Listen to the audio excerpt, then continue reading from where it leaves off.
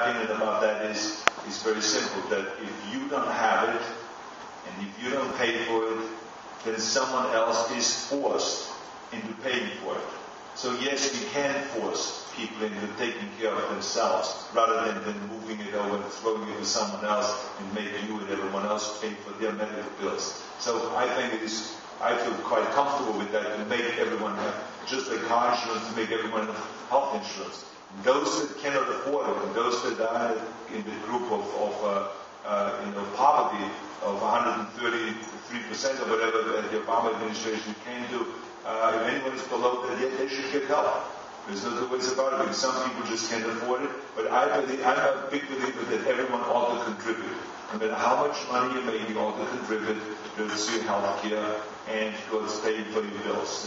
As small as it is, maybe it's only $2 that you got to contribute. That is, to me, the bottom line. And I think the other thing that comes with that, when you have everyone insured, is now you have more money in the pot.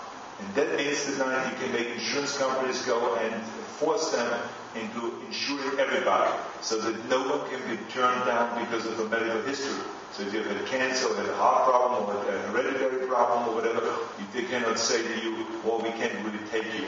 Everyone must be insured also by the insurance companies, no matter what your age is and what your medical record is and histories and all of those things. So those are the kind of changes that have happened with the Obama administration. Those are the kind of things that we also wanted to do with our healthcare reform. And the other part that I like very much is that it pays a lot of attention to prevention. Because if we go and give people incentives, for instance, for healthy living, you give them incentives for lowering their cholesterol, you give them incentives for exercising every day, give them incentives by lowering their body weight, give them incentives by stopping smoking, the alcohol, using all of those kind of things. I think if you give them those incentives, people will live healthier, and therefore it will cost much less in healthcare. That is the important thing. We've seen it with Steve Burke, for instance, with Safeway. They've done that. They've given their employees incentives.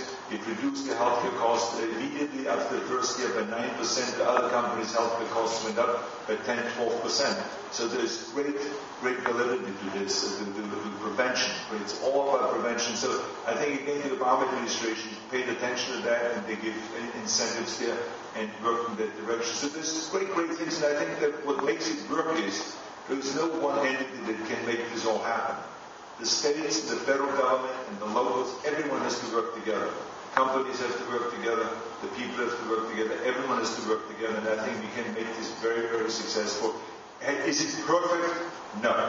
I think that there are many things that each one of us could pick that we didn't like in this healthcare reform, but you can never please everybody. I recognized that very quickly when we did the healthcare reform. I told all the stakeholders, from consumer groups to labor to businesses to everyone, the hospital association, everyone, I said, no one here will walk out saying, this is a straight 10. Everyone will walk out and say, this is a 7. I said, if we can get to a 7 out of 10, I think we should be so lucky.